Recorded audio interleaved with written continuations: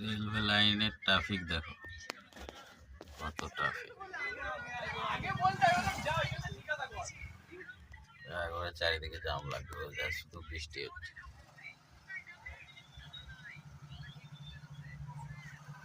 এবারে মেঘলা আকাশ, নিম্নচাপ উঠেই আছে, যখন তখন বৃষ্টি হচ্ছে, মানুষকে বাইরে বেরোতে দিচ্ছে না।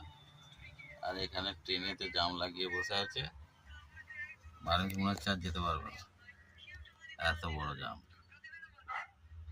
এই রেলগেট পার হতে হতে 2-3 বার রেলগেট পড়ে যাচ্ছে, যা অবস্থা। ওরে বাপরে, কি অবস্থা,